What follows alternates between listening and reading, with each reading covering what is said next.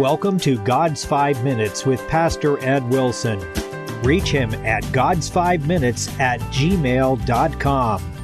Now, here's Ed Wilson with God's 5 Minutes. Hello, friends.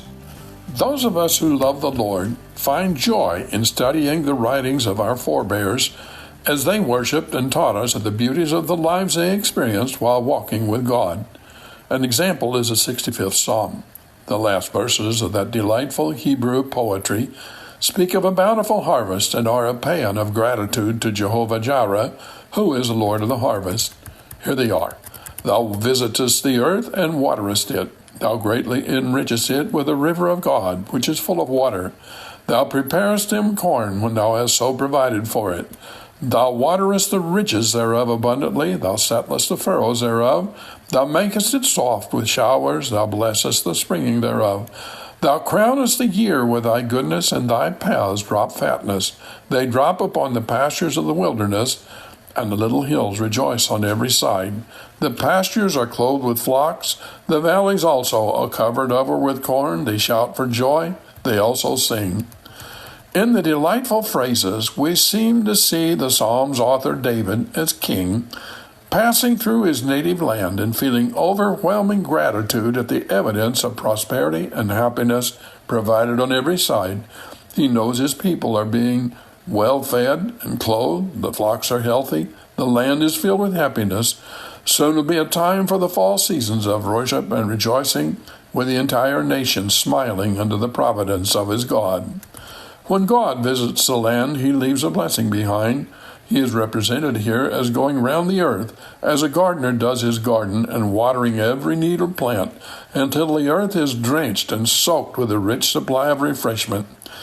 May he thus visit his church and water our thirsting spirits, or as another poet has it, my stock lies dead and no increase, doth all my dull husbandry improve. Oh, let thy graces without cease drop from above. Millions of dollars do not so much enrich mankind as the showers do. The soil is made rich by the rain and then yields its riches to man. But God is the first giver of all. On the spiritual side, how truly rich are those who are enriched with grace. This is great riches. The brooks of earth can dry up.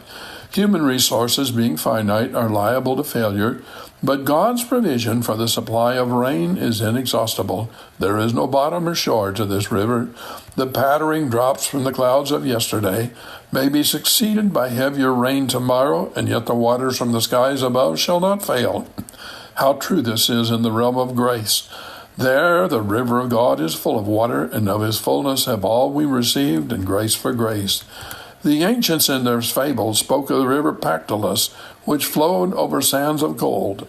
But this river of God, from which the rain is poured, is far more enriching, for after all, the wealth of men lies mainly in the harvest of their fields, without which even gold would be of no value whatever.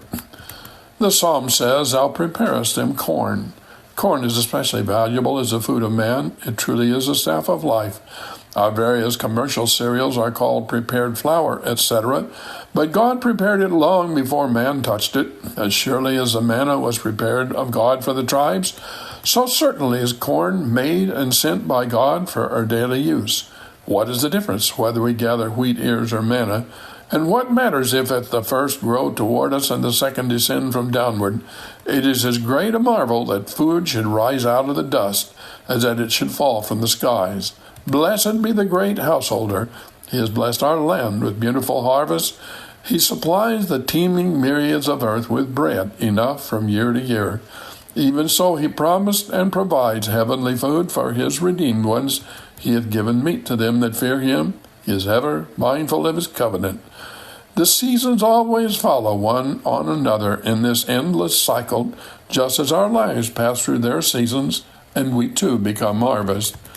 May he be so in your life, and have you talked to him today, friend? You have been listening to God's 5 Minutes with Pastor Ed Wilson. Reach him by email at godsfiveminutes@gmail.com. Tune in next time to hear more encouraging thoughts from God's Word on God's 5 Minutes with Pastor Ed Wilson.